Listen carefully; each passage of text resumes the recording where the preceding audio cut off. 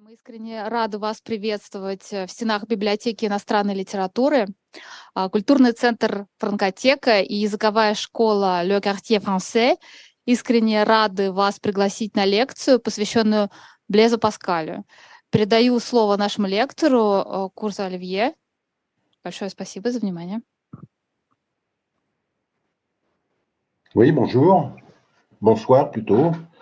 Donc, en direct de Novosibirsk, nous allons parler de Blaise Pascal. Et pourquoi nous allons parler de Blaise Pascal? Eh bien, parce que c'est le 400e anniversaire de sa naissance. Et donc, en France, en particulier à Clermont-Ferrand, Clermont, Blaise Pascal est né à Clermont, à l'époque, ce n'était pas Clermont-Ferrand, il y a différentes... on organise différentes activités, différentes conférences autour de Blaise Pascal. Alors nous allons voir ça en détail.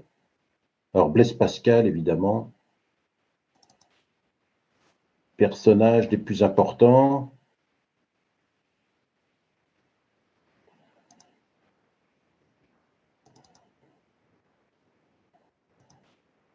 C'est un savant, mathématicien, physicien, entrepreneur, inventeur, écrivain, polémiste, journaliste, si on peut dire même, et philosophe.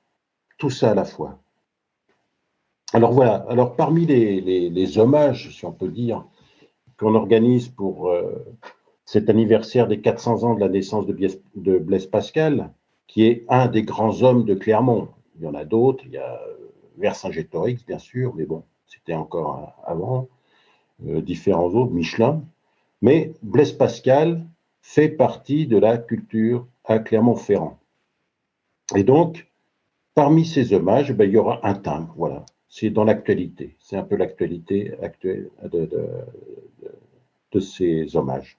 Donc, on aura un timbre, 1,16 €, bon, pas un très très gros timbre. Et voilà, alors le cycle des conférences Blaise Pascal a débuté le 13 janvier 2023 avec une conférence d'un mathématicien français célèbre, médaille Fields il y a quelques années, Cédric Villani. Il a fait une conférence sur Pascal, mathématicien, c'est son domaine, mais en même temps en débordant largement sur les autres centres d'intérêt que pouvait avoir Blaise Pascal, parce que on a essayé de séparer un peu les centres d'intérêt, le Blaise Pascal mathématicien, le Blaise Pascal physicien, le Blaise Pascal philosophe, polémiste, théologien même. On a essayé de séparer tout ça, mais en fait, Blaise Pascal, c'est un tout. C'est une même personne. Il n'est pas divisé en plusieurs catégories. Et voilà, donc cette conférence de Cédric Villani, vous pouvez la retrouver sur le site des conférences Blaise Pascal à l'université de Clermont-Auvergne. C'est très intéressant. Et puis voilà, par exemple, alors, pour rendre hommage à Blaise Pascal, il y a un nightclub littéraire qui va avoir lieu à Clermont-Ferrand. Bon, curieuse idée, mais enfin, pourquoi pas. Il y a aussi, alors là, c'est une des entreprises qu'a développé Blaise Pascal en collaboration avec quelques amis, ce sont les carrosses à 5 sous. C'était une entreprise de transport public à travers Paris. Et ça, il l'a organisé avec ses amis à la fin de sa vie. Et donc, l'espace Michelin organise toute une exposition avec différentes expériences. Et voilà, alors là, j'ai trouvé ça aussi, c'est tout à fait d'actualité, parce qu'on a demandé à une intelligence artificielle, OpenAI en l'occurrence, on lui a introduit une phrase: peux-tu me parler de la maladie ou des maladies dont souffrait Blaise Pascal? Parce que ça aussi, Blaise Pascal, toute sa vie, a souffert de différents maux. Il n'est pas mort très vieux, il est mort à 39 ans. Donc voilà. On a demandé à cette intelligence artificielle de quelle maladie souffrait Blaise Pascal. Il n'est pas clair de quelle maladie exacte souffrait Blaise Pascal. Il a souffert de maux de tête fréquents et intenses, c'est vrai, tout au long de sa vie, qui ont été attribués à une maladie appelée migraine. Bon. Il a également souffert de problèmes de santé chroniques, tels que la fièvre, les vomissements, la faiblesse générale. Il n'y a pas de preuves concluantes pour étayer ces théories. Bon. C'est pas plus bête que ce qu'ont raconté énormément de médecins depuis qu'on étudie le cas des maladies de Blaise Pascal. Et il y en a eu beaucoup. Alors ça, je l'ai trouvé, c'est dans une revue qui s'appelle la Revue des Deux Mondes. C'est le numéro de mai-juin. Il est partagé entre Nietzsche et Pascal, ce numéro. C'est une revue assez ancienne, de bonne tenue. Et voilà, c'est le dessinateur de la revue qui a relié certaines pensées de Pascal avec l'actualité. Donc, ne pouvant justifier la justice, on a justifié la force. Ouais, parce que Pascal avait écrit dans une de ses pensées: la justice sans la force est impuissante, la force sans la justice est tyrannique. Voilà. Bon. Ça fait allusion évidemment aux manifestations nombreuses et très variées qu'il y a en France. Le cœur a ses raisons que la raison ne connaît point. Ça, c'est une des pensées de Blaise Pascal, une des plus connues. T'avises pas trop de raisonner, mon chéri. Bon. La sagesse nous envoie à l'enfance. Deux excès: exclure la raison, n'admettre que la raison. Voilà. Un petit clin d'œil humoristique sur Blaise Pascal vu par la revue. Alors voilà, alors ça je l'ai tiré de la conférence de Cédric Villani, où il met un peu qui peut être Blaise Pascal pour nos contemporains. Alors, il a fait allusion à un film de Roberto Rossellini qui s'appelle Blaise Pascal. Bon, j'ai regardé, c'est un peu vieilli, mais c'est un bon film sur Blaise Pascal. Bon, évidemment, il y a énormément d'écoles, collèges, lycées, fondations, universités, laboratoires, centres de recherche, etc., Blaise Pascal, dont le Centre international Blaise Pascal à Clermont-Ferrand, qui s'intéresse surtout, d'ailleurs, aux pensées. Mais enfin, plus largement à Blaise Pascal, mais particulièrement aux pensées, parce qu'on verra que les éditions des pensées, c'est un livre posthume. Ce n'est pas Blaise Pascal qui l'a édité ou qui l'a fait éditer. Et donc, il y a tout un tas de recherches qui ont été faites pour savoir qu'est-ce qu'il voulait faire exactement avec ce livre appelé Les Pensées. Alors, un autre film que je trouve plus intéressant peut-être, c'est Ma nuit chez Maud d'Éric Rohmer. Et de fait, c'est un film qui se passe à Clermont-Ferrand, à l'époque, dans les années 60. C'est un film de 69. Dans les années 60, avec un jeune cadre ingénieur, enfin voilà, et qui vient dans cette ville, qui va travailler chez Michelin, etc., et qui rencontre un de ses amis d'enfance complètement par hasard dans un café, et là, ils se mettent à parler du pari de Pascal. Et tout le film est axé sur plus que des allusions, sur des dialogues pascaliens, si on peut dire. C'est très intéressant, on le trouve assez facilement, il suffit de taper sur Yandex ou votre moteur de recherche préféré, et vous trouverez Ma nuit chez Maud en français ou en russe. Alors ça, c'est pour le cinéma. Il y a un langage de programmation qui s'appelait le Pascal, Turbo Pascal, langage ouvert. Bon, maintenant, ça a un peu vieilli, voilà. Mais pour initier les gens à la programmation, on avait fait un système ouvert Turbo Pascal. Bien sûr, les livres, les écrits principaux de Pascal, en dehors de ses écrits mathématiques et physiques, il y a les provinciales. Alors là, c'est lui qui les a écrits. c'est lui qui les a fait publier avec ses amis jansénistes et sous un faux nom parce que c'était des publications clandestines. Les provinciales, c'est toutes les polémiques contre les jésuites. Il y a eu 18 provinciales, donc vous voyez, grosse production. Alors, Pascal les a écrites, ça on en est certain. Après, les idées ne sont pas toutes entièrement de Pascal. Ça a été fait en collaboration. Et puis, il y avait un billet célèbre de 500 francs, quand il y avait des francs encore en France. Pascaline, Pascaline, c'est voilà, un site pour les métiers du numérique. Le principe de Pascal, mon principe hydrostatique bien connu maintenant, qui permet de différentes applications physiques basées sur répartition des forces dans un liquide. Vous avez le fameux triangle de Pascal, triangle de binôme élevé à la puissance, etc. Le fameux pari de Pascal que tout le monde connaît et qu'on a plus ou moins bien interprété. Et puis, la dernière actualité, c'est que le pape François avait été interrogé sur Pascal. Il avait dit qu'il n'était pas contre ça, même qu'il était plutôt favorable à la béatification de Blaise Pascal. C'est très étonnant de la part d'un pape jésuite, même si les passions se sont calmées.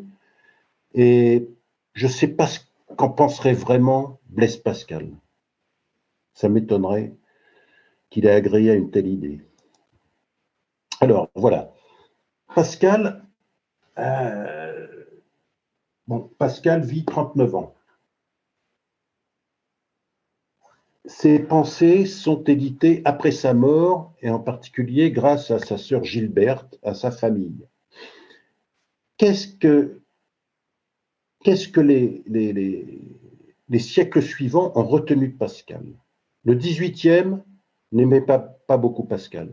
Le siècle des Lumières, les philosophes dits des Lumières n'aimaient pas respecter le Pascal mathématicien et le Pascal physicien. Mais alors, le Pascal philosophe, le Pascal des pensées, là, par exemple, voilà ce que disait, il le faisait passer pour fou, même, carrément. Pascal croyait toujours voir un abîme à côté de sa chaise. Alors ça, on ne sait pas d'où il a tiré ça. Faudrait-il pour cela que nous en imaginassions autant? Vous trouverez dans les mélanges de Leibniz que la mélancolie égara sur la fin la raison de Pascal. La mélancolie, c'est la folie. Il le dit même un peu durement, il n'est pas étonnant après tout qu'un homme d'un tempérament délicat, d'une imagination triste, comme Pascal, soit à force de mauvais régime parvenu à déranger les organes de son cerveau. Voilà, c'est du Voltaire. Bon, sur quoi il peut se baser pour dire des choses pareilles? Alors, il se base surtout sur la biographie écrite par la sœur aînée de Pascal après sa mort, 2 ans après sa mort. Gilberte Pascal écrit une biographie, mais c'est toute une hagiographie, en fait, pour faire de Pascal un espèce de saint janséniste. Voilà, c'est ça. Donc, on ne sait pas exactement d'où, si ces histoires sont vraies, parce que dans son récit, elle raconte cette histoire que Pascal pouvait pas voir d'un côté sur la fin de sa vie, etc. Mais on ne sait pas, si c'est vrai. Voilà ce que continue Voltaire. Il faut pourtant oser le dire, quoiqu'en général le tableau que Pascal a fait de l'homme soit aussi vrai qu'il est fortement tracé, cependant dans ses pensées jetées au hasard c'est Pascal aussi, et que Pascal devait revoir, il y en a échappé beaucoup de fausses.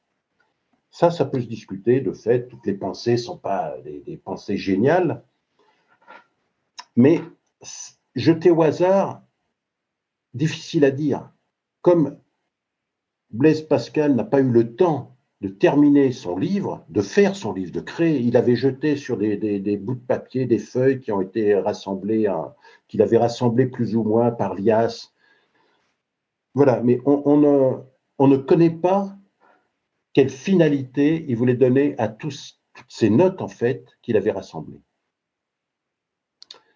Ce Blaise touchait donc à la fois à l'extrême force d'esprit et à l'extrême folie. Donc c'est, voilà, 18e siècle, Pascal fou à la fin. Cela est bon à savoir, on en peut tirer d'étranges conclusions qu'on ne se lasse pas de répéter, que depuis l'accident de Neuilly, le cerveau de Pascal était dérangé. Alors l'accident de Neuilly, ça fait allusion à un soi-disant accident de carrosse qui aurait provoqué un choc chez Pascal. Mais on n'a aucune trace de cet accident de carrosse. Alors, voilà. Après, on change de registre avec les romantiques, et Chateaubriand en particulier. Alors là, c'est un texte extrêmement célèbre de Chateaubriand, dans le génie du christianisme en 1802. Et alors, c'est du romantisme à l'état pur, et c'est pas forcément très vrai. Il y avait un homme qui, à 12 ans, avec des barres et des ronds, avait créé les mathématiques. Alors, il n'a pas créé les mathématiques, il avait repris certains éléments d'Euclide. Alors, on va voir ça tout à l'heure, mais bon. Qui, à 16 ans, avait fait le plus savant traité des coniques qu'on eût vu depuis l'Antiquité. C'est vrai, il a fait un traité des coniques. Qui, à 19 ans, réduisit en machine une science qui existe tout entière dans l'entendement. Alors là aussi, c'est exagération romantique. 19 ans, c'est quand il fait la fameuse machine arithmétique à faire les additions, les soustractions, dite la pascaline. Oui, ça, il a inventé cette machine, il l'a fait construire et il l'a vendue. Il a essayé d'en faire le commerce. C'était une entreprise qui, à 23 ans, démontra les phénomènes de la pesanteur de l'air. Alors, il n'a pas été tout seul pour ça, hein. Torricelli avait déjà fait l'expérience, mais n'avait pas expliqué exactement comment ça pouvait, comment ça se passait, quoi. Et détruisit une des grandes erreurs de l'ancienne physique. Bon, c'est vrai. C'est la nature a horreur du vide. Qui, à cet âge où les autres hommes commencent à peine de naître, ayant achevé de parcourir le cercle des sciences humaines, s'aperçut de leur néant et tourna ses pensées vers la religion. En fait, oui et non, il y a eu peut-être deux conversions de Pascal, de conversion au sens du XVIIe siècle, hein. C'est-à-dire, de toute façon, Pascal était né dans une famille catholique, de bonne bourgeoisie clermontoise, et il a une éducation tout à fait catholique. Ensuite, il s'est converti, si on peut dire, au jansénisme. Voilà. Et puis, il a eu une expérience mystique particulière, une nuit. Voilà. On peut dire que ce sont deux conversions de Pascal vers un sentiment religieux de plus en plus affirmé. Mais il n'a jamais renoncé ni aux sciences, ni aux entreprises, ni à écrire. Qui, depuis ce moment jusqu'à sa mort, arrivé dans sa 39e année, toujours infirme et souffrant, alors là aussi, il était souffrant, c'est vrai, assez souvent, mais pas toujours. Fixa la langue que parlèrent Bossuet et Racine. Ça, c'est vrai. Donna le modèle de la plus parfaite plaisanterie comme du raisonnement le plus fort. Enfin, qui, dans les courts intervalles de ses mots, résolut par abstraction un des plus hauts problèmes de géométrie et jeta sur le papier des pensées qui tiennent autant de Dieu que de l'homme. Cet effrayant génie se nommait Blaise Pascal. Alors, cet effrayant génie, je ne sais pas trop ce que ça veut dire, effrayant génie. On ne comprend pas trop pourquoi Blaise Pascal serait effrayant, mais voilà. Et puis, alors, on retrouve Pascal évoqué, un poème est consacré à Pascal par Charles Baudelaire dans Les Fleurs du Mal. Ça s'appelle Le Gouffre. Alors évidemment, le gouffre, c'est pareil, c'est un peu effrayant. C'est bon, Baudelaire. Pascal avait son gouffre, avec lui ce mouvant, hélas, tout est abîme, action, désir, rêve, parole, et sur mon poil qui tout droit se relève, maintes fois de la peur je sens passer le vent. En haut, en bas, partout, la profondeur, la grève, le silence, l'espace affreux et captivant. Sur le fond de mes nuits, Dieu de son doigt savant dessine un cauchemar multiforme et sans trêve. J'ai peur du sommeil comme on a peur d'un grand trou, tout plein de vagues horreurs menant on ne sait où. Je ne vois qu'infini par toutes les fenêtres. Et mon esprit toujours le vertige hanté, jalouse du néant, l'insensibilité, à ne jamais sortir des nombres et des êtres. Bon, c'est du Baudelaire. Voilà alors voilà, pendant toute une représentation de Pascal qu'on retrouve d'ailleurs sur le fameux billet de 500 francs, c'est la mélancolie.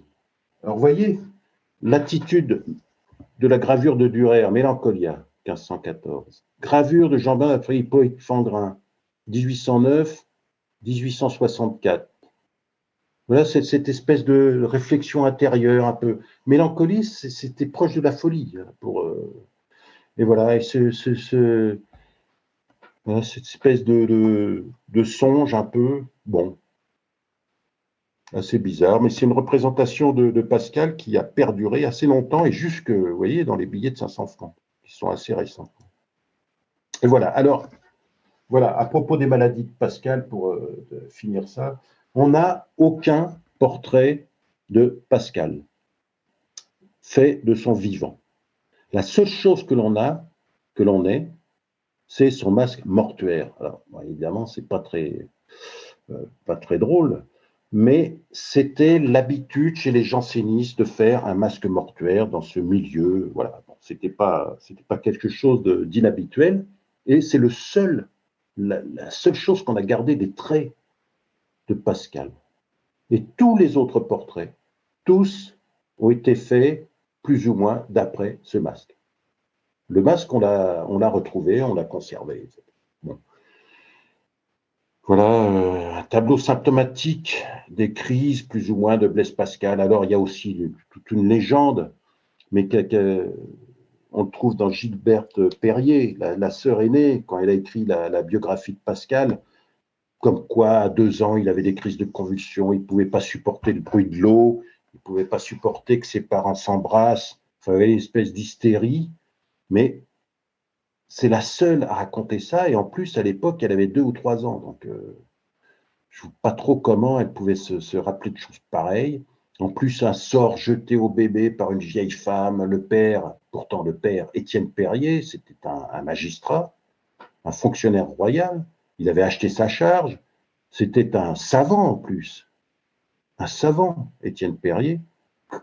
Difficile de croire qu'il ait pu prêter foi à des histoires de sorcières qui auraient jeté un sort sur son fils, etc. Donc ça fait un peu légende dorée, légende dorée. Mais c'est vrai que Pascal était souvent malade. Alors, de quelle maladie souffrait-il? Alors là, difficile à dire. Mais il y a une hypothèse qui est assez intéressante que j'ai retrouvée là par Michel Le Guern, qui a fait toute une étude là-dessus en regardant de quoi on avait supposé les maladies. Alors il en a relevé au moins 67.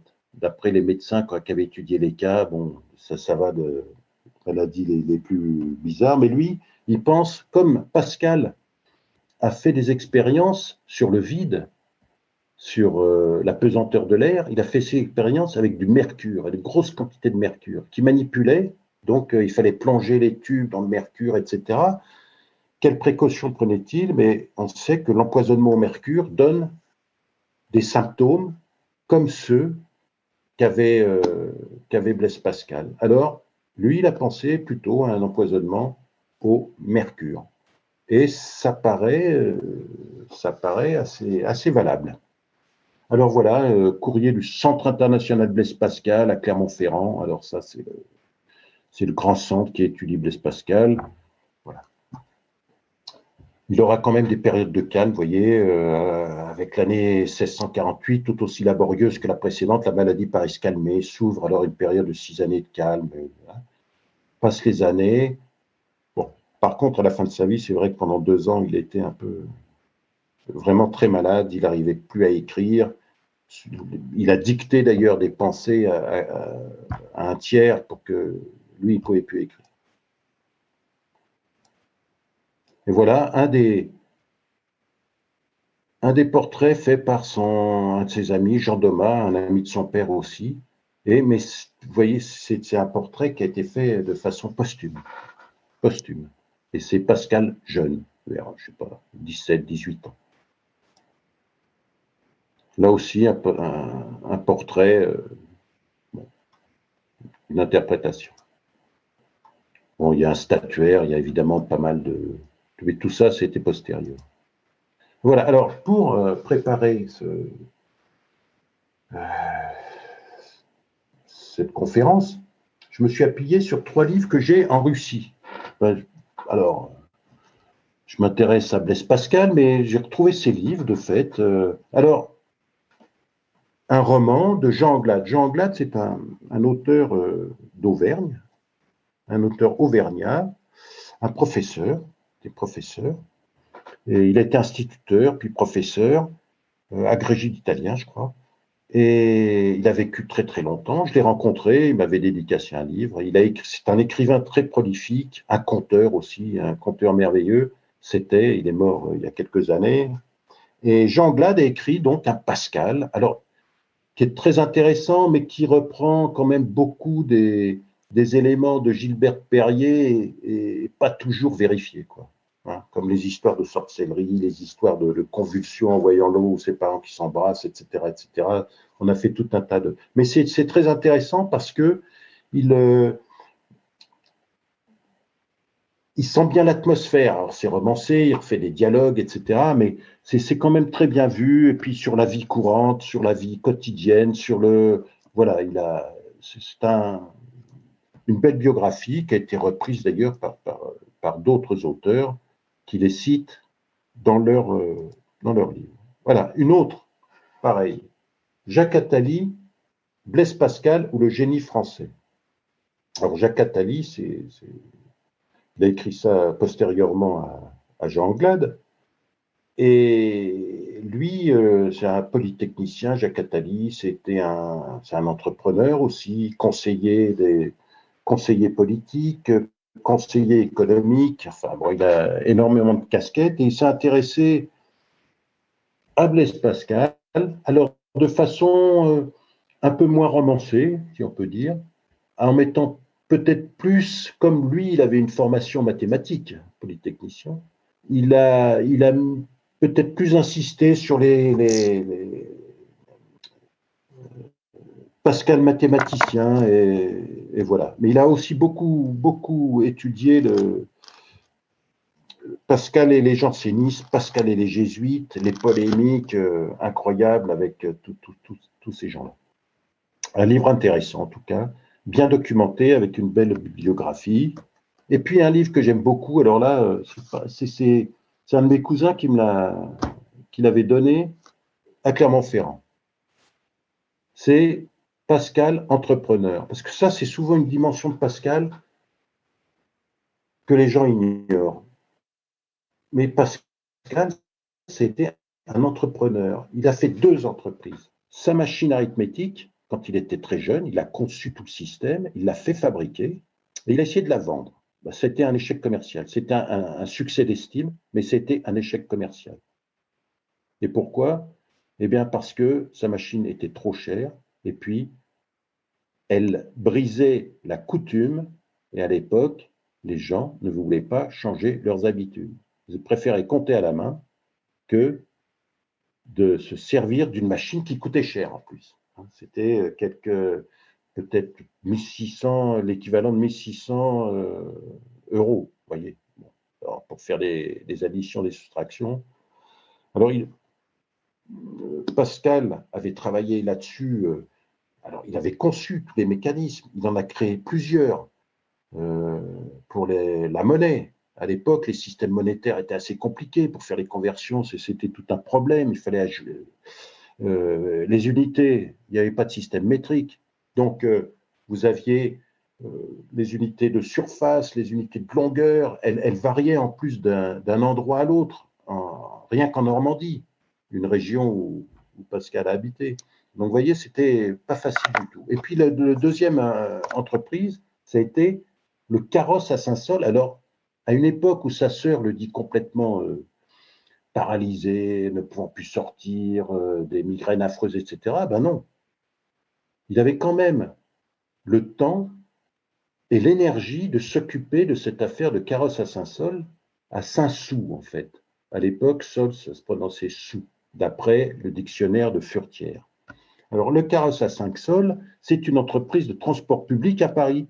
On y reviendra tout à l'heure, c'est très intéressant. Et Pascal va s'associer avec des amis, des ducs, le duc de Rohanès, qui était son grand ami, duc de Luynes, enfin, des gens qui comptaient dans le royaume, ils s'associent, qui étaient ses amis, qui s'associent avec eux et qui vont gagner de l'argent. Et beaucoup d'argent. Alors voilà, Pascal, quelques dates, vous voyez, bon, un autre tableau plus ou moins. Naissance 1623, 1626. Alors, il va perdre sa mère très jeune, Blaise Pascal. Elle s'appelait Antoinette Bégon. Son père, Étienne Pascal. Et sa mère meurt quand il a 3 ans. Et son père va décider de faire l'éducation de ses enfants à la maison. Alors, à l'époque, ce n'était pas du tout courant. Pour les filles, bon, souvent, elles n'allaient pas trop à l'école ni au collège, mais pour les garçons, on les envoyait dans les collèges, en général, même des collèges de jésuites. À l'époque, les jésuites avaient pris une importance énorme, en particulier dans l'enseignement. Et donc, Étienne Pascal, magistrat, bon bourgeois de Clermont, va éduquer ses enfants lui-même. Et avec Blaise et la sœur cadette Jacqueline de Blaise Pascal, il va avoir affaire à deux personnes très, très intelligentes. La sœur Gilberte, on ne peut pas dire qu'elle soit moins intelligente, mais elle était moins intéressée par ses spéculations intellectuelles et ses apprentissages, mais par contre, elle avait un sens pratique très fort, et c'est elle qui va diriger la famille pendant une bonne partie de sa vie, et puis qui va surtout s'occuper des affaires de son frère, s'occuper de le faire publier quand il sera mort, et défendre sa mémoire. Donc, carrière scientifique, géométrie, physique, mécanique. 1651-1654, homme du monde. Mais tout ça, c'est un peu mélangé. Hein. Il n'y a pas des tranches de vie comme ça, tac, tac. 23 novembre 1654, la nuit de feu. Alors ça, on connaît bien parce que Pascal l'a écrit. Alors, il n'en a pas beaucoup parlé autour de lui. En fait, c'est une expérience mystique.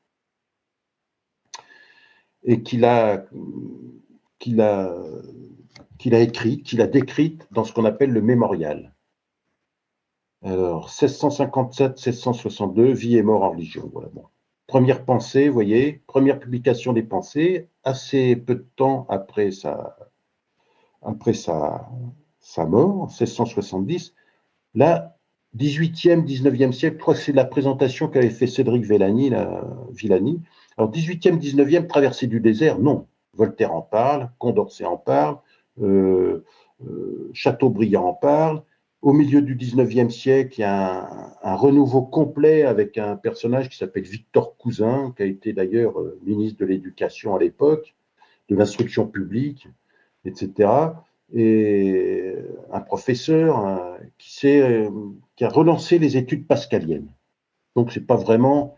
Et au XXe siècle, c'est vrai, là, Pascal devient le personnage bien connu. On republie, on travaille sur ses pensées, etc. Donc, voilà, c'est quelqu'un qu'on redécouvre, qu'on met en avant. Alors, le contexte de Pascal, la vie des idées, c'est très intéressant aussi. Alors ça, je l'ai pris aussi, c'est un tableau qu'avait présenté Cédric Villani. Moi, je le dis. Hein. Alors, vous voyez, il y a des choses.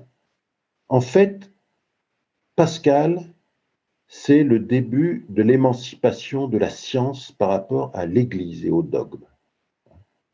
L'Église, vous voyez, 1633, procès de Galilée. Il fallait faire attention à ce qu'on disait. Vous avez aussi la Réforme, vous avez Calvin. Là, vous avez Antoine Arnauld, c'est des jansénistes. Vous avez Montaigne, Épictète. Pourquoi Montaigne et Épictète? Pourquoi Cédric Villani les a mis en avant? Parce que Pascal, ce n'était pas un très grand lecteur de la littérature, mais il avait lu Montaigne attentivement, il avait lu Épictète. Ça, c'est sûr, parce qu'il y fait souvent allusion. Alors que pour le reste, il s'intéressait plus aux sciences, etc. Mais il faut bien préciser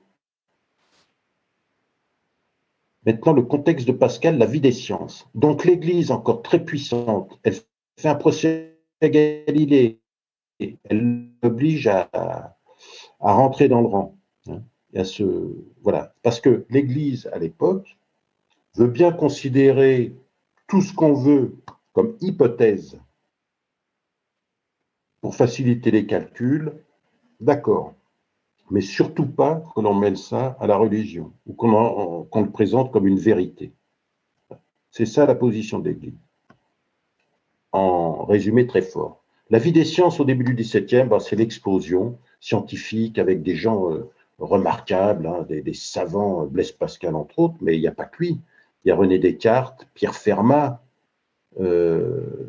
Carcavie, là, celui qu'on ne voit pas trop là derrière, Cavalieri, Robert Val que connaissait très très bien Pascal, c'est un ami, Robert Val. Et d'ailleurs, il avait chargé Robert Val de vendre sa machine de faire la démonstration et de vendre sa machine à calculer.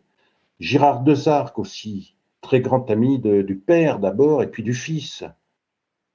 Et Marin Mersenne qui avait créé une académie des sciences en fait à Paris qui s'appelait l'Académia Parisienne 6, et Marin Mersenne correspondait avec tous les savants de l'époque, tous les savants de l'Europe qui comptaient. Et puis ici, on voyait en 1660, c'est la fondation de l'Académie des sciences en Angleterre, et en 1666, fondation de l'Académie des sciences en France. Bon, puis vous avez Leibniz, qui a entendu parler des travaux de Pascal. Leibniz, il a eu une pièce du traité des coniques qu'avait fait Pascal, qui a été perdue ensuite, mais lui, il avait eu quelques pièces, donc voilà, et il en parle. Huygens, Newton, bon, Bernoulli, les frères Bernoulli. Bon, voilà. Pour résumer, donc, Pascal, savant, mondain, chrétien, tout ça à la fois, mathématicien, physicien, inventeur, écrivain, homme du monde, il tenait très bien sa place dans les salons, il avait une conversation très agréable, c'était quelqu'un de très civil, pas du tout, il n'avait pas de morgue, il n'avait pas d'orgueil mal placé, sauf en sciences. Entrepreneur, polémiste, moraliste, théologien, philosophe, et tout ça en amateur. Il n'a jamais appris de métier, Pascal. Il n'a jamais travaillé pour vivre, si on peut dire. Il a essayé, en tant qu'entrepreneur, de gagner de l'argent, ça c'est vrai. Mais il n'a jamais appris de métier. On peut dire que c'est un amateur. Facette multiple et pourtant unité de parcours, témoin acteur paradoxal, élégant, puissant et fragile de son époque. Alors l'époque n'est pas facile non plus. On va regarder un petit peu le contexte historique, c'est pas vraiment très joyeux non plus. Hein. Alors mathématiques, au cœur de la pensée pascalienne, au cœur de la culture. Alors, ça, c'est Cédric Villani aussi qui met l'accent là-dessus, et puis aussi Jacques Attali, parce que la mathématique, pour Blaise Pascal, c'est fondamental. Il y a une unité de pensée. Il emploie d'ailleurs ces mêmes façons de démontrer les axiomes, les mathématiques qui l'intéressent. Il emploie ça aussi dans ces traités plus de polémistes. Il emploie les mêmes méthodes. Au cœur de la pensée, au cœur de la culture, formation d'esprit, enjeu de savoir, enjeu économique, effort, vocation, plaisir. Ça demande des efforts, il faut que ça plaise.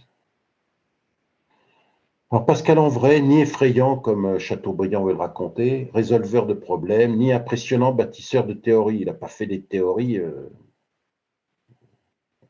mais touche à tout et précurseur génial. Ah oui, ça aussi, chez Pascal, il n'approfondissait pas toujours les problèmes qu'il avait compris et puis dont il avait fait le tour, il estimait qu'il avait fait le tour et passait à autre chose. Il n'approfondissait pas forcément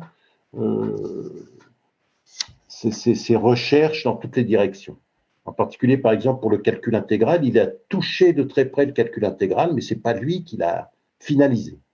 Ce sera un peu plus tard. Unité dans son œuvre. thème pascalien, dialectique avec alliance des contraires, pensée paradoxale, grandeur et misère vont ensemble, ça c'est tout Pascal, obstacle à la connaissance, cloisonnement des mondes, les liens entre les choses, les changements de point de vue, maniement des incompréhensibles, lien esprit-corps, cœur et raison. Le cœur a ses raisons que la raison ne connaît pas. C'est du Pascal. Bon, là, on revient un petit peu sur la chronologie. Voilà, bon, on reviendra après. Voilà, alors, Clermont. Pascal naît à Clermont à l'époque, c'est une ville, 9000 habitants, 10 000 habitants. C'est pas très grand comme ville, mais c'est une ville importante au niveau administratif. Et vous avez la ville voisine, la ville jumelle qui s'appelle Montferrand. Et c'est la bagarre entre Montferrand et Clermont pour savoir qui aura les juridictions, qui aura les administrations, etc., etc. Et donc, Étienne Pascal, lui, il est deuxième président de la Cour des aides à Montferrand. Alors, c'est un poste assez important. En fait, la Cour des aides, c'est une cour d'appel en matière de fiscalité, en matière d'impôt. C'est une cour d'appel qui doit juger des contentieux entre les particuliers et l'État. En gros, c'est ça. Donc, c'est un poste important, c'est une charge. Une charge, ça s'achète. Et ça s'achète cher. D'ailleurs, Étienne Pascal, devenu veuf, quand il va déménager à Paris, va vendre sa charge et pourra vivre de ses rentes. Alors, ça, c'est Jean Anglade qui raconte. Blaise Pascal, donc né à Clermont, mais il va quitter Clermont assez jeune avec son père, une fois sa mère morte. Ils vont rester encore quelques années à Clermont, et puis le père Étienne décide de déménager. D'abord, les sciences l'intéressent beaucoup. À Clermont, c'est un peu limité. Donc, Paris lui semble l'endroit idéal. Et à Paris, de fait, il fera partie de l'Académie Mersenne. Il va rencontrer tous les grands. Il sera reconnu comme un savant respectable. Et il va amener donc sa famille à Paris. Blaise Pascal restera assez peu à Clermont. Il y reviendra une fois chez sa sœur, mais en fait, Blaise Pascal est plus parisien que clermontois. Alors voilà, Jean Anglade, il dit, ils ont fait quand même quelques voyages entre Paris et Clermont, et à l'époque, on ne voyageait pas en TGV, on ne voyageait pas en train, c'était plus difficile et c'était cher. Se rendre à Paris est alors une aventure longue et coûteuse. On doit premièrement partir de Clermont avant le jour sur un cheval de louage qui vous transporte avec votre porte-manteau jusqu'à Riom. De là, le coche régulier vous conduit à Gannat, une ville pas très loin, où l'on passe la première nuit. Le jour suivant, on couche à Moulins, Moulins, capitale du Bourbonnais. C'est à 80 km de Clermont. On peut alors continuer par la route ou s'embarquer sur le coche d'eau et descendre la rivière. La rivière, c'est l'Allier. À petite allure, nouveau coucher à Cosne-sur-Loire. On navigue en compagnie de quelques carrosses, de beaucoup de piétons assis sur des bottes de paille et même d'animaux. Une cabane peut vous abriter de la pluie ou du soleil. Les bateliers s'arrêtent souvent dans les cabarets établis au bord du fleuve. Ils y entraînent de bon gré ou de force les voyageurs qu'ils jugent fortunés afin de se faire payer à boire. Nouvelle nuitée à Orléans. Il faut ensuite reprendre la voie terrestre, dormir à Étampes. Après 5 jours de route, on arrive moulu, fripé, étourdi, escroqué. À Paris, Étienne descend en diverses auberges où pend pour enseigne le luth doré. Bon, ça donne une idée un peu des voyages à l'époque. Là, voilà. À Paris, le petit Blaise, sa sœur Jacqueline, sa sœur Gilberte, et puis une domestique, mais un peu plus qu'une domestique, qui s'appelle Louise Delfaux, qui va servir de mère, peut-être la maîtresse d'Étienne Pascal, enfin bon. Mais Étienne Pascal ne se remariera pas.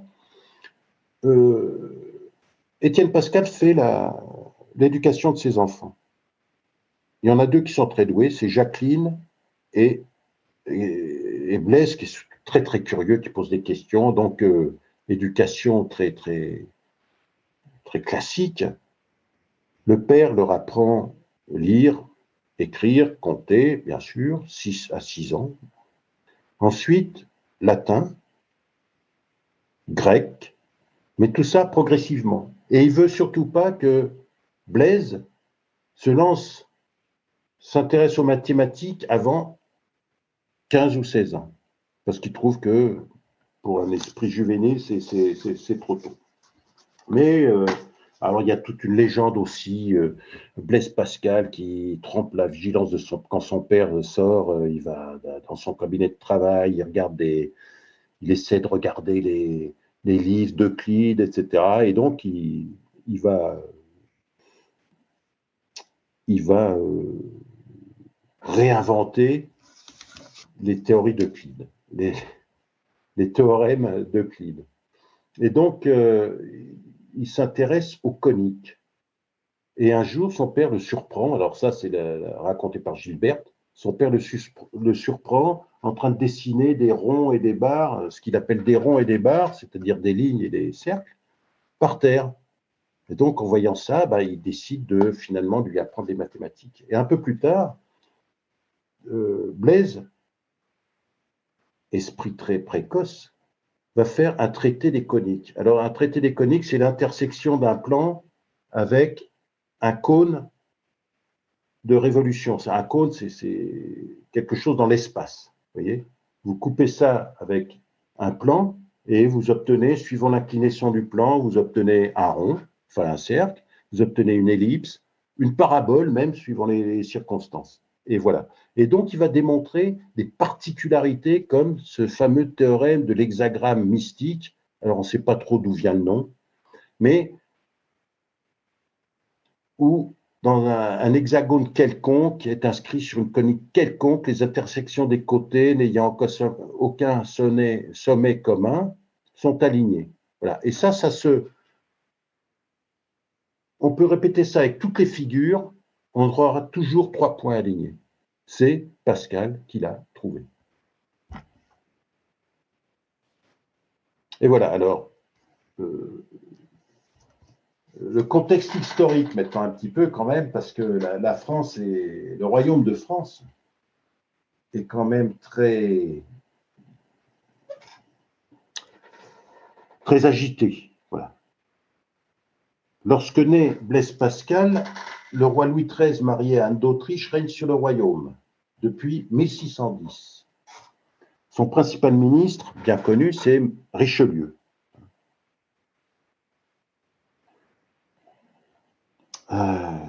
Cardinal Armand Jean Duplessis de Richelieu, il sera son principal ministre de 1624 à 1642.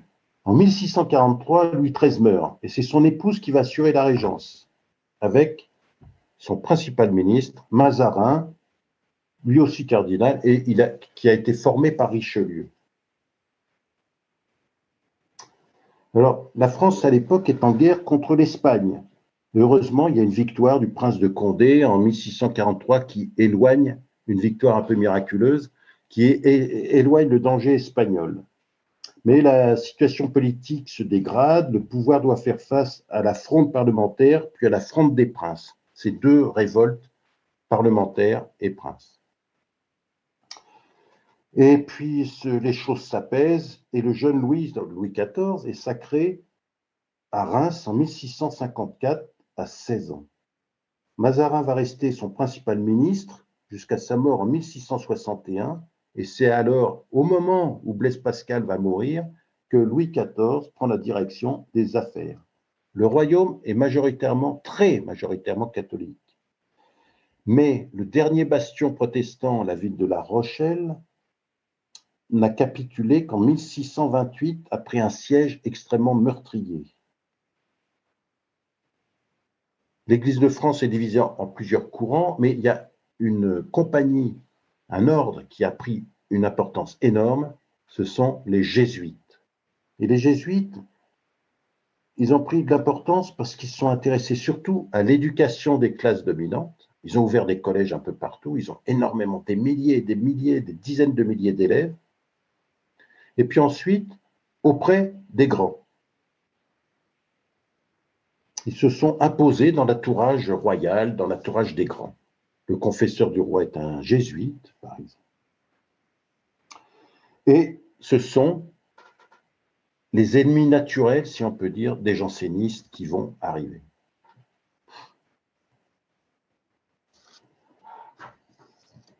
Alors, pour situer aussi les contemporains de Pascal, qui sont nés à peu près à la même époque, vous avez La Fontaine, qui naît en 1621, Molière en 1622, Racine en 1639. Vous voyez? En fait, Pascal, il est tout à fait contemporain de Molière, La Fontaine.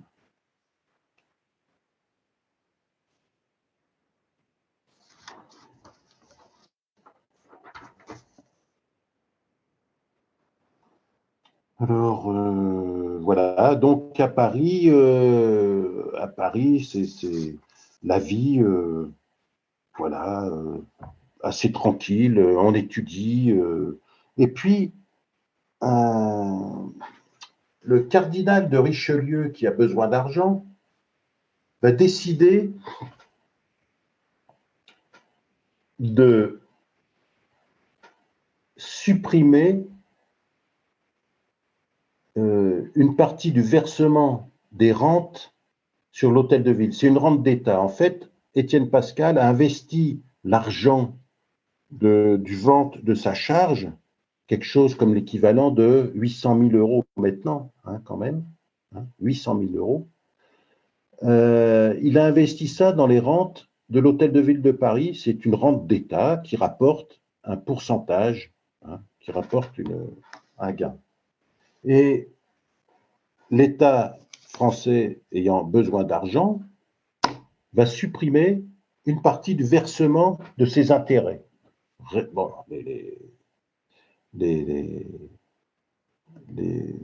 rentiers ne sont pas très contents. Il y en a plusieurs centaines qui vont se manifester devant les fenêtres d'un personnage très important qui s'appelle le chancelier Séguier, qui est le garde des Sceaux, un personnage vraiment... Ils vont faire du tapage sous ses fenêtres, casser des vitres, enfin bon, bref, Richelieu ordonne qu'on arrête les meneurs et Étienne Pascal est réputé avoir fait partie de ces meneurs. Il s'en défendra toujours, mais résultat, il doit aller se cacher. Il se cache, il ne peut plus rentrer chez lui. Donc voilà,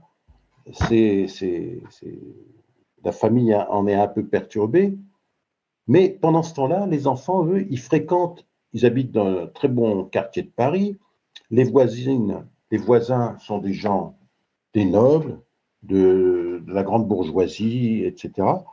Et donc, les filles, en particulier Jacqueline Pascal, va charmer, si on peut dire. Elle a des dons de poésie. Jacqueline Pascal, elle peut improviser des poésies. Elle a des dons de poésie certains. Et elle va charmer la voisine qui va la présenter à une grande dame des environs qui la présentera à la reine. Et Jacqueline Pascal va être reçue par la reine. La reine s'entiche, trouve cette fillette charmante. Elle a 12 ans, 10 ans, 12 ans. Et avec son art d'improviser des vers, eh bien, la reine tombe sous le charme. En plus, elle improvise un petit poème au moment où la reine la reine est enceinte. C'était inespéré parce que voilà. Et donc, elle improvise un petit poème là-dessus. Donc vraiment, c'est le. Et puis, elle va être cardinal de Richelieu. Il avait beaucoup de travail évidemment, mais pour se distraire, il aimait bien écouter des pièces de théâtre. Et il va demander à ce qu'on lui organise une pièce de théâtre jouée par des jeunes et des enfants. Et Jacqueline va avoir un des rôles là-dedans, grâce à ses appuis, et elle va en profiter pour aller demander la grâce de son père à Richelieu. C'est quand même assez étonnant. En plus, Richelieu tombe sous le charme. Le père rentre en grâce et finalement, pour se faire pardonner, il est quand même obligé d'accepter une place à la suite du chancelier Séguier qui est envoyé pour réprimer une révolte en Normandie. C'est la révolte des Nu-Pieds. Tout ça, c'est pour expliquer un peu cette machine arithmétique. Et la révolte des Nu-Pieds, c'est une révolte assez grave. Il y a quelques morts, des centaines de révoltés qui mettent à sac les, les receveurs d'impôts, etc. Et donc, tout ça parce que les taxes ont été augmentées, en particulier la gabelle, les taxes sur le cerf. Et donc, Étienne Pascal se fait pardonner, mais il est obligé d'accepter un poste d'adjoint du chancelier Séguier qui va rétablir l'ordre en Normandie. Et le voilà à Rouen. Donc, il y va d'abord tout seul parce que la situation est encore agitée. Et puis, il fait venir ses enfants, sa famille. Et donc, la famille s'installe à Rouen. Étienne Pascal est chargé donc de réorganiser les impôts, certains impôts, à Rouen et dans les alentours. Et pour ça, il a besoin de faire énormément de calculs de surface, de voir qu'est-ce qui peut donner comme rendement, etc., quel impôt, quelles taxes sont acceptables, jusqu'à où, etc. Et pour ce faire, eh bien, il va avoir besoin d'aide parce qu'il a énormément de calculs à faire. Et il fait venir un de ses petits cousins qui s'appelle Florin Perrier de Clermont, qui va l'aider, qui va lui servir de secrétaire. Et puis, bon, Florin va tomber amoureux de Gilberte, l'aînée, et ils vont se marier peu de temps après. Et puis, Florin va être obligé de regagner l'Auvergne, et c'est Blaise qui va aider son père. Alors, il aide son père parce que Blaise, bon, évidemment, il calcule bien, il est intelligent, il est rapide, mais au bout d'un moment, il trouve ça un peu fastidieux. Il se dit, mais pourquoi on ne pourrait pas faire une machine pour calculer? Et voilà, c'est de là qu'est née la machine arithmétique qu'on a appelée plus tard la Pascaline. Alors, il a essayé de la vendre, il en a vendu quelques exemplaires, il a chargé son ami Robert Val de la placer, de faire les démonstrations. Il a fait la publicité lui-même de cette machine de façon très, très moderne, si on peut dire, parce qu'il s'adresse au public à la première personne. Je t'ai directement, j'ai créé cette machine pour, voilà, etc. Il fait toute une publicité comme ça, mais bon, c'est cher, et il écrira même, il enverra une lettre à la reine Christine de Suède, voilà, bon, pour placer sa machine.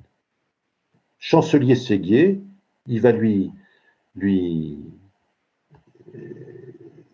demander un privilège et puis faire une demande comme ça pour très courtisane, si on peut dire, pour le chancelier Séguier. Voilà. Et deuxième expérience, alors qui est née à Rouen, c'est la fameuse expérience sur le vide et sur la pression atmosphérique. En fait, c'est d'abord l'expérience sur le vide, et ensuite, Pascal en déduira que tout ceci est dû à la pression atmosphérique. Donc, en 1648, le savant Blaise Pascal émet l'idée que la pression atmosphérique, c'est-à-dire l'action exercée par l'air à la surface de la Terre, est due à la masse de l'atmosphère. Alors, l'expérience, ce n'est pas lui qui l'a inventé. Torricelli l'avait fait avant lui. On voit baromètre de Torricelli, mais il n'avait pas expliqué exactement pourquoi ça se passait comme ça. Et on manipulait du mercure. Alors, des mercures en grande quantité. Mercure, c'est quand même pas très facile à manipuler. Et il fait voilà, donc il va faire des mesures, alors à différents endroits, différentes altitudes. Ce sera la fameuse expérience du Puy de Dôme, où on mesure la pression en bas à Clermont-Ferrand. C'est pas lui qui la fera d'ailleurs. Il va charger son beau-frère de la faire, Florin Perrier. Alors il faut attendre que les conditions météo soient bonnes. Et puis on fait toute l'expérience avec, alors, vous voyez le matériel qu'il faut. Et puis Blaise Pascal, pour ses expériences, il fait fabriquer des tubes de verre. Il veut quelque chose de spectaculaire pour frapper les esprits. Donc, il a des tubes de plusieurs mètres de haut. Il fait ça sur un navire. Il accroche le tube au mât du navire, etc., etc. Donc, et voilà. Il en conclut que plus on s'élève en altitude, plus la pression diminue. Donc, la masse d'air, voilà, la masse d'air est moins épaisse, si on peut dire, et la pression est moindre. Bon, c'est pas pour rien qu'on a donné le Pascal comme unité de mesure de la pression atmosphérique. On mesure ça en hectopascal. Avant, c'était en newton par mètre carré. Maintenant, c'est en hectopascal. Et ici, à Novosibirsk, en ce moment, il y a 1010 hectopascal.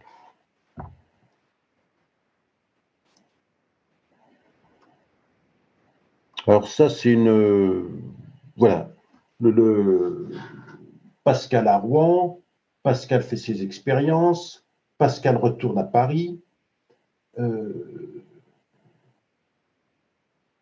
et puis la sœur Gilberte, tantôt elle est à Paris, tantôt elle doit retourner à Clermont, elle a des enfants, elle s'est mariée, et donc Gilberte et Florin Perrier vont acheter un petit château aux alentours de Clermont, dans Clermont maintenant.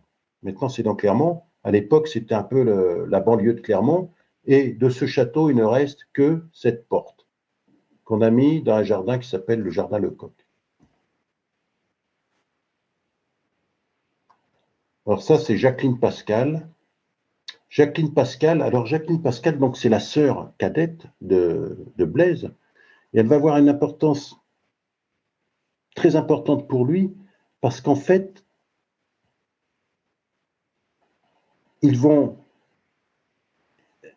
Pascal n'admettra pas facilement d'être séparé de sa sœur. Ils vont vivre ensemble très longtemps, et quand sa sœur va décider, alors elle est jeune, donc je vous disais, elle est extrêmement douée en poésie, elle charme Corneille, parce que Corneille était rouennais, il connaissait Corneille, les Pascal connaissaient Corneille à Rouen, elle charme Corneille, elle charme un peu tout le monde, et il y a cette fameuse entrevue avec la reine, l'entrevue avec Mazarin, avec Richelieu, et puis à Rouen aussi, ce qui se passe dans la famille Pascal, c'est qu'ils vont rencontrer des jansénistes. Alors, paraît-il, c'est à l'occasion d'une blessure d'immobilisation parce que le père s'est cassé la cuisse ou démis la cuisse. Il est soigné par deux médecins qui sont jansénistes, et voilà, et l'engrenage est pris. Ils vont parler de leur doctrine, ils vont parler de Saint-Augustin, voilà. Et la famille Pascal, donc les trois enfants, le père, vont se convertir à cette tendance de l'Église catholique. C'est pas une dissidence, c'est une tendance augustinienne qu'on appelait janséniste du nom d'un évêque belge qui s'appelait Jansenius et qui est basé sur la doctrine de saint Augustin. Et voilà. Et donc, Jacqueline Pascal va décider, va avoir la vocation religieuse, elle se convertit complètement, elle veut plus vivre dans le monde, elle veut, et voilà. Et elle veut rentrer au couvent de Port-Royal de Paris. Évidemment, le père s'y oppose, hein. Tout janséniste qu'il est, il ne veut pas que sa fille, donc, la fille décide d'attendre la mort de son père, qui survient. Et à partir de ce moment-là, elle va rentrer à Port-Royal, au grand dépit de son frère, qui fera quand même un peu tout pour la dissuader, mais voilà. Et puis, en l'année 1654, c'est le lundi 23 novembre, c'est là que Blaise Pascal a son expérience mystique. Et il a noté ça. On l'a, le mémorial. C'est-à-dire qu'on avait un espèce de brouillon qu'il a repris après sur un parchemin, et tout ça, il l'avait cousu dans son habit. Donc c'est le Pascal mystique. Et il a noté tout ça. Lundi 23 novembre, jour de Saint Clément, pape et martyr et autres hauts martyrologues, veille de Saint Chrysogome, martyr et autres, depuis environ 10h30 du soir jusqu'à environ minuit et demi. Et il note l'heure. Feu, Dieu d'Abraham, Dieu d'Isaac, Dieu de Jacob, nom des philosophes et des savants, certitude, sentiment, joie, paix, Dieu de Jésus-Christ. un peu de latin, Deum meum et Deum vestrum, ton Dieu sera mon Dieu, oubli du monde et de tout, omis Dieu. Il ne se trouve que par les voies enseignées dans l'Évangile, grandeur de l'âme humaine, Père juste, le monde ne t'a point connu, mais je t'ai connu, joie, joie, joie, pleurs de joie, etc., etc. Vous voyez, bon, c'est une expérience mystique, joyeuse, joie, joie, pleurs de joie, c'est pas le Pascal sombre, c'est une conversion.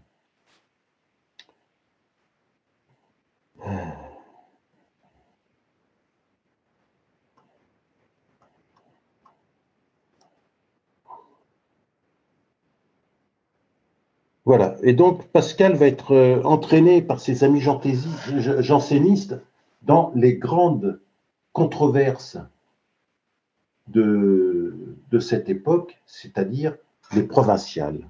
Les provinciales, en fait, sont des lettres anonymes, écrites sous un faux nom, que les jansénistes font paraître pour défendre un des leurs qui était accusé par la Sorbonne et par les jésuites. Et donc, c'est pour défendre leur doctrine face aux jésuites.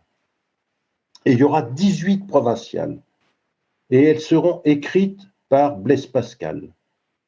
Mais ce n'est pas lui qui va avoir toutes ces idées. Il sera un peu le porte-plume.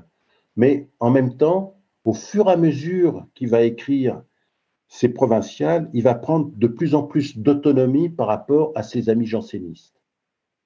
Ce qui fait que, au fur et à mesure de l'écriture des provinciales, c'est de plus en plus Blaise Pascal qui fait passer ses idées plutôt que les jansénistes. Et c'est une progression. Alors évidemment, il y a la police surveille, il faut se cacher. Bon, c'est toute une aventure. Et les provinciales, bon, alors c'est intéressant à lire, le style est superbe, mais maintenant, ça a perdu un peu de son acuité, il faut bien reconnaître. Ce n'est plus d'actualité. Voilà, par exemple, comment il écrit ça. Alors, vous voyez en bas, E-A-A-B-P-A-F-D-E-P, c'est sa signature à Blaise Pascal. Mais, voilà, c'est assez dur à déchiffrer. On ne sait pas que c'est lui. Cette instruction m'a servi, j'y ai compris que c'est ici une hérésie d'une nouvelle espèce. Ce ne sont pas les sentiments de M. Arnauld qui sont hérétiques, ce n'est que sa personne. C'est une hérésie personnelle. Il n'est pas hérétique pour ce qu'il a dit ou écrit, mais seulement pour ce qu'il est, M. Arnauld, etc., etc. Donc c'est la défense d'Arnauld, en fait. Quoi qu'il fasse, finalement, on le fera passer pour hérétique. C'est pas ce qu'il écrit ou ce qu'il dit, c'est parce qu'il est lui. Bon, et puis Blaise Pascal correspond avec des grands Fermat, Pierre Fermat, grand savant de l'époque. Ils devaient se rencontrer, mais ils sont tous les deux malades. Là, c'est Fermat qui écrit à Blaise Pascal. Ils devaient se rencontrer. Blaise Pascal, à l'époque, est à Clermont-Ferrand, et puis il est très fatigué, et Fermat aussi, donc les choses ne pourront pas se faire. Et voilà, alors, vous voyez, itinéraire des carrosses à 5 sols, 1662, c'est l'année de la mort de Blaise Pascal. Et c'est l'entreprise qui marche. Cette entreprise des carrosses à 5 sols, ça va être une idée de Blaise Pascal. Et donc, l'idée, c'est de desservir avec des carrosses, un service régulier de carrosses, à plusieurs lignes, de desservir Paris. Hein. Vous voyez, Luxembourg, on voit l'hôtel de ville, Place Royale, la Bastille, etc. Et donc, tout est calculé. On a les habits, les livrets. C'est le premier service de transport public à Paris. Et c'est une entreprise qui va très bien marcher.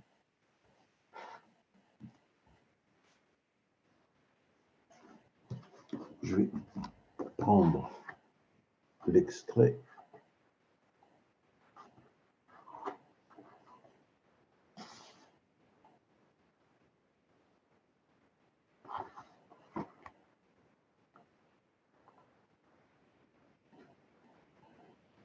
Alors, l'expression de carrosse à 5 sous semble à première vue aussi paradoxale que celle de machine arithmétique.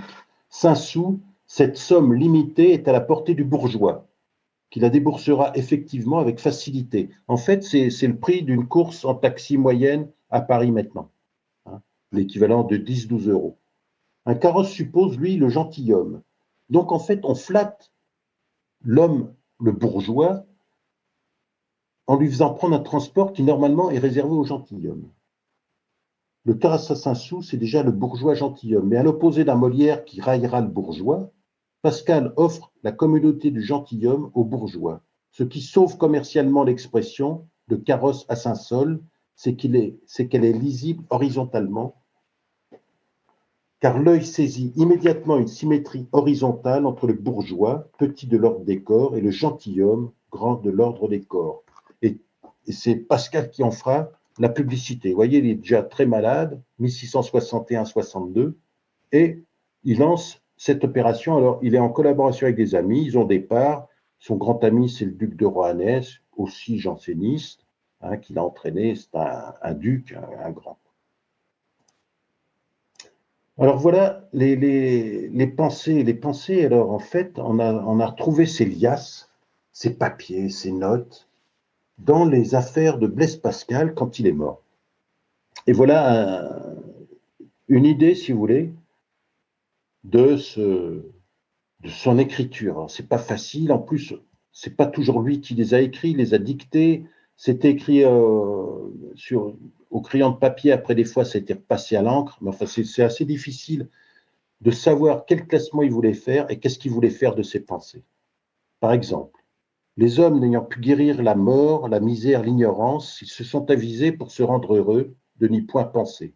Ça, c'est divertissement. C'est une définition du divertissement. C'est tout ce qui fait que les hommes ne pensent pas à leur destinée, à leur fin dernière. On les empêche de penser à l'essentiel, d'après Pascal, bien sûr. Aussi une pensée qui est très connue.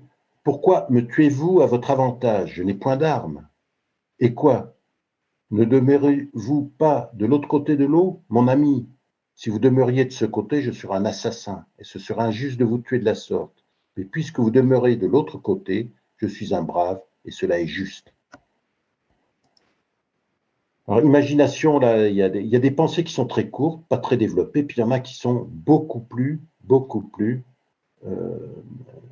développées. En particulier, imagination, c'est un thème qui revient très souvent chez Pascal. Descartes. Alors, Descartes, pour ce grand savant, philosophe aussi, avec tout un système basé sur la raison. Et Descartes et Pascal se sont rencontrés à Paris, mais on ne peut pas dire qu'ils s'entendaient beaucoup. Descartes était plus âgé que Pascal, ce qui n'est pas du tout le même caractère non plus. Descartes, il voyageait, il s'est exilé en Hollande, il avait des aventures diverses et très variées. Et donc, il se battait en duel de temps en temps. Donc, voilà, c'est pas du tout Pascal. Mais il y avait une certaine jalousie scientifique, et puis après, une jalousie intellectuelle, une jalousie philosophique. Et donc, ils étaient à peu près d'accord sur rien. Et sur le vide, Descartes ne croyait pas au vide. Pascal démontre que le vide existe, donc évidemment, ça ne poulait pas à lui. Descartes, il faut dire en gros, cela se fait par figure et mouvement, car cela est vrai, mais de dire quelle est composée la machine, cela est ridicule, car cela est inutile et incertain. C'est la phrase qu'on attribue à Pascal, enfin qu'il a écrite, c'est Descartes, inutile et incertain. Vous voyez, c'est pas très très gentil. Et c'est un titre qui a été repris par un philosophe, écrivain, journaliste, Jean-François Revel, dans un livre contre Descartes, qui reprenait ça, Descartes, inutile et incertain. Pas très gentil. Sur la justice, bien sûr. La justice, c'est un des thèmes qui revient chez Pascal, sans arrêt. La pluralité est la meilleure voie parce qu'elle est visible et qu'elle a la force pour se faire obéir. Cependant, c'est l'avis des moins habiles. La justice sans la force est inutile, la force sans la justice est tyrannique.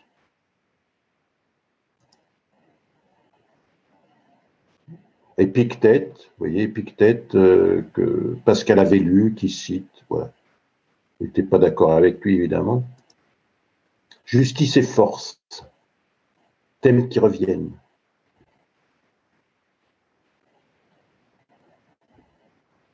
Sur la noblesse aussi, et que la noblesse est un grand avantage qui, dès 18 ans, met un homme en passe, connu et respecté comme un autre pourrait avoir mérité à 50 ans. C'est 30 ans de gagner sans peine. On dirait entendre un peu Beaumarchais, presque. Roseau pensant, alors ça aussi, l'homme est un roseau, le plus faible de la nature, mais un roseau pensant, c'est, voilà, l'homme est misérable, l'homme, voilà, mais l'homme est aussi grandeur, thème pascalien, évidemment. La grandeur de l'homme, qu'est-ce qui fait qu'il se connaît misérable? La petitesse de l'homme, toutes les réflexions de Pascal. Divertissement, alors ça revient, voilà, divertissement. Alors, ça c'est Jacques Attali qui le souligne, c'est que la vision de Pascal du peuple juif, de la religion juive, n'est pas tout à fait celle qui avait cours un peu dans son milieu. Et voilà, il explique pourquoi. Le peuple juif attire d'abord mon attention par quantité de choses admirables et singulières qui paraissent. Bien sûr, fondamentalement, il a loupé le coche avec Jésus-Christ, mais voilà, il y a quand même toute une explication sur cette religion qui est la base du christianisme, en fait. Je vois d'abord que c'est un peuple tout composé de frères, et au lieu que tous les autres sont formés de l'assemblage d'une infinité de familles, celui-ci, quoique si étrangement abondant, est sorti d'un seul homme, Abraham, etc., etc. Et donc, voilà, c'est intéressant de souligner qu'il avait une vision bien particulière à lui de ce peuple. Ah, Montaigne aussi. Donc, on a vu que Pascal avait lu Montaigne, mais Montaigne a tort, voilà. C'est clair. Montaigne ne parle que de lui. La coutume ne doit être suivie que parce qu'elle est coutume et non pas parce qu'elle est raisonnable ou juste, mais le peuple la suit par cette seule raison qu'il la croit juste. Sinon, il ne la suivrait plus, quoiqu'elle fût coutume, car on ne veut être assujetti qu'à la raison ou à la justice.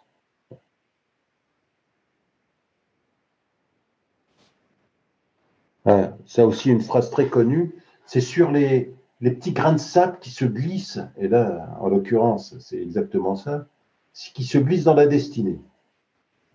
Cromwell, le hasard, parce que Blaise Pascal a aussi travaillé sur le hasard. En fait, il est à l'origine des calculs de probabilité, quelque chose de très très important dans énormément de domaines. Et tout ça, c'est parti de ses amis dans ce qu'on appelle sa période libertine, quand il côtoyait les salons. Les salons, qu'est-ce qu'on faisait? On jouait. Donc, il avait des amis. Libertin, à l'époque, ça veut dire qu'ils ne croient pas en Dieu, qu'ils sont athées. Alors, c'était quand même une nouveauté. Et il avait des amis comme le chevalier de Méret, et puis qui jouaient. Et il se demandait, mais comment on peut répartir les gains si on interrompt une partie sur laquelle on avait parié. Et voilà, et Pascal s'est lancé là-dedans et a trouvé des caractéristiques de loi de grand nombre, de probabilité, de calcul de la probabilité, de calcul mathématique, et plus simplement une intuition, parce qu'on savait que si on joue au dé avec 2 dés, on savait qu'on avait tant de chances à peu près de faire tel numéro, mais pourquoi sur un grand nombre de tirs, de jeter de dés, quelle chance on avait de faire double 6, par exemple. Voilà, ça c'était important. Mais ce n'était pas calculé, on avait l'intuition. Et Pascal, lui, était capable de calculer, puis après ça se complique, bien sûr, parce que il peut y avoir 5 dés, 10 joueurs. Bon, et il faut trouver la loi qui unit, qui permet de calculer. Cromwell allait ravager toute la chrétienté, la famille royale était perdue et la sienne à jamais puissante sans un petit grain de sable qui se mit dans son urtère. Rome même allait trembler sous lui. Et ce gravier s'était mis là, il est mort, sa famille abaissée, tout en paix et le roi rétabli. Voilà, comme quoi les petits grains de sable dans l'histoire qui peuvent arriver. Toujours les divertissements, une idée fixe. Et voilà, Descartes, ça revient. Je ne puis pardonner à Descartes. Il voudrait bien, dans toute la philosophie, ce pouvoir passer de Dieu. Mais il n'a pu s'empêcher de lui donner une chic note pour mettre le monde en mouvement. Après cela, il n'a plus que faire de Dieu. En fait, c'est le Dieu de Pascal, le Dieu personnel, le Dieu d'amour, le Dieu de la grâce, qui s'oppose un peu au Dieu des philosophes. Ce qu'il appelle Dieu des philosophes, ce Dieu un peu mécanique, peut-être celui qui a donné l'impulsion, et puis après, ben, on se débrouille. Ah voilà, il reparle des provinciales. On me demande si je ne me repens pas d'avoir fait les provinciales. Je réponds que, bien loin de m'en repentir, si j'avais à les faire présentement, je les ferais encore plus fortes. Voilà. Donc il regrette pas du tout d'avoir fait les provinciales. Alors voilà, un des chercheurs, là maintenant, Dominique Descotes, Une vie sur les traces de Blaise Pascal. C'est un chercheur clermontois qui travaille, qui s'est passionné pour Blaise Pascal. Très intéressant à lire. Voilà, il a retrouvé une note, un texte. Seule note mathématique écrite de la main de Pascal était sous les yeux de tous, mais personne n'avait cherché à le comprendre parce que la plupart de ceux qui consultent le manuscrit des pensées, Bibliothèque nationale de France, site Gallica, s'intéresse uniquement à la partie littéraire. Si l'intérêt scientifique de document semble limité, cette découverte permet aux historiens d'en savoir un peu plus sur les méthodes de travail de l'écrivain. On le voit penser, dit Monsieur Descotes.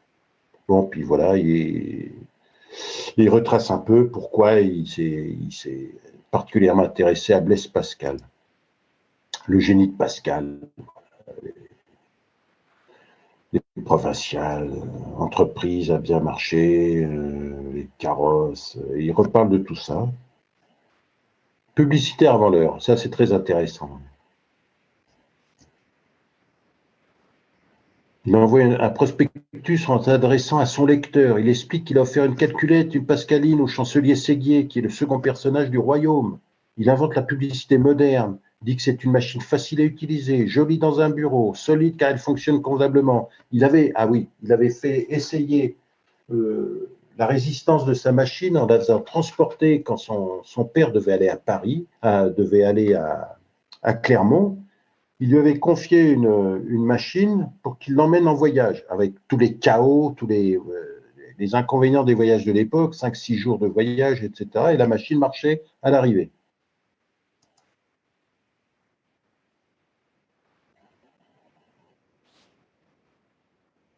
Saint-Augustin qui revient. Alors, bon, c'est des théories pas trop jansénius, plutôt augustiniens. Ah oui, ça c'est très intéressant aussi. Pascal n'a pas toujours écrit sous son nom. En fait, Pascal, comme Voltaire d'ailleurs, se cachait derrière des pseudonymes. Alors on comprend facilement pourquoi pour écrire les provinciales, parce qu'il était cherché par la police, l'auteur. Mais après, pour les traités sur la roulette, c'est un traité mathématique qu'il a fait à la fin de sa vie aussi sur le trajet que fait un point fixé, un point d'une roue, sur la circonférence d'une roue qui roule sur une surface plane, quelle courbe fait cette roue, ce point. En fait, ça s'appelle une cycloïde, donc il avait fait tout un traité là-dessus, mais il a signé ça à Amos de Tonville. Et puis, pour les pensées, il avait prévu Salomon de Tulti, un pseudonyme.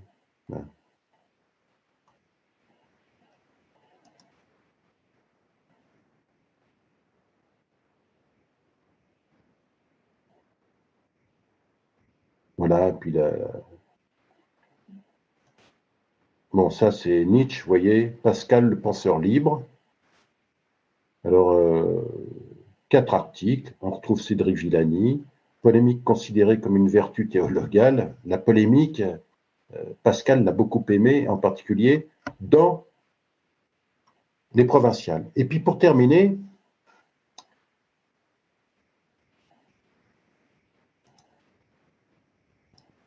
pour terminer, je voudrais parler de Pascal et la Russie. Bon, Pascal, mathématicien, Pascal, physicien, etc. La Russie, d'accord, la communauté des savants a pas de mal avec ça. Par contre, Pascal, le philosophe et la Russie. Alors, à votre avis, quel écrivain russe du 19e, disons le grand 19e, s'est intéressé à Pascal et même en a fait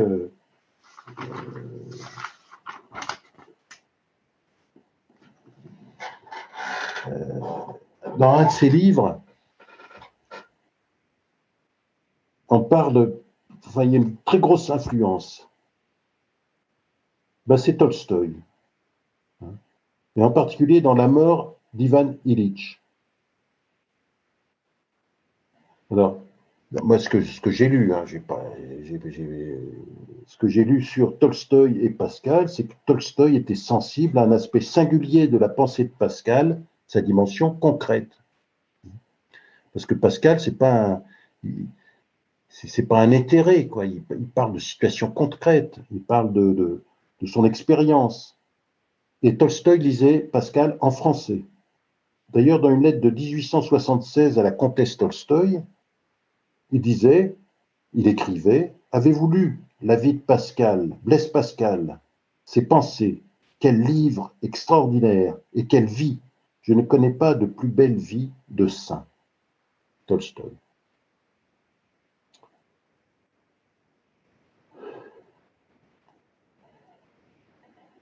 Et voilà ce qu'il écrivait aussi à propos de Gogol et Pascal, curieusement. Tel était Pascal, tel était aussi un homme qui nous est proche, un russe, Gogol. Je pense que c'est par lui que j'ai compris Pascal. C'est Tolstoï qui écrit ça. Hein. L'un et l'autre, bien qu'avec des traits de caractère tout à fait différents, une tournure d'esprit différente et une intelligence de dimension tout autre, ont vécu la même expérience. Alors, c'est dans un article que j'avais retrouvé, Ferveur pascalienne de Léon Tolstoï. Et puis, il aurait influencé aussi d'autres écrivains russes comme Tourgueniev, un poète que je ne connais pas beaucoup, Fyodor Tchoutchev, Dostoïevski et Tolstoï.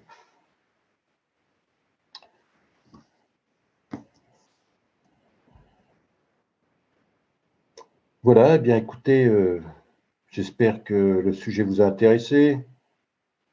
Et si vous avez des questions.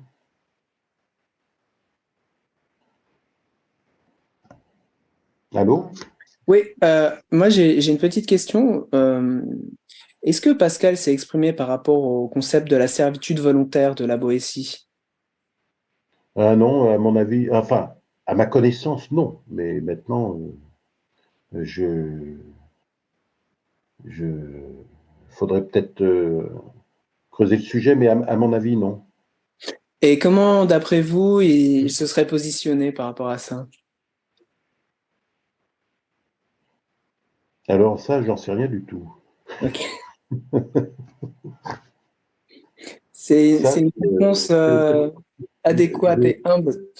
ouais, Pascal, il était extrêmement humble et en fait, il avait deux caractères, si on peut dire quand même. C'était le même homme, mais il avait deux caractères. Dans le domaine scientifique, c'était quelqu'un qui était intransigeant, orgueilleux, enfin qui revendiquait ses découvertes et qui les défendait. Mais en matière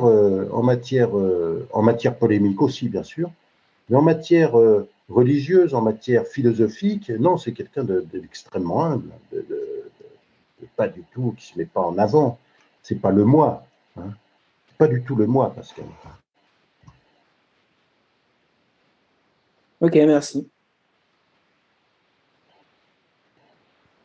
Уважаемые слушатели, позвольте выразить слова глубокой благодарности Оливье Курту за такую глубокую, содержательную и очень интересную лекцию. Также Культурный центр «Франкотека» и Библиотека иностранной литературы хочет поблагодарить нашего партнера Le Quartier Français за сотрудничество. И мы очень надеемся, что в дальнейшем, возможно, Оливье Курт согласится выступить еще с лекцией, так как это очень обогащает людей, такие лекции, и возможность прослушать такое фундаментальное исследование. Большое спасибо.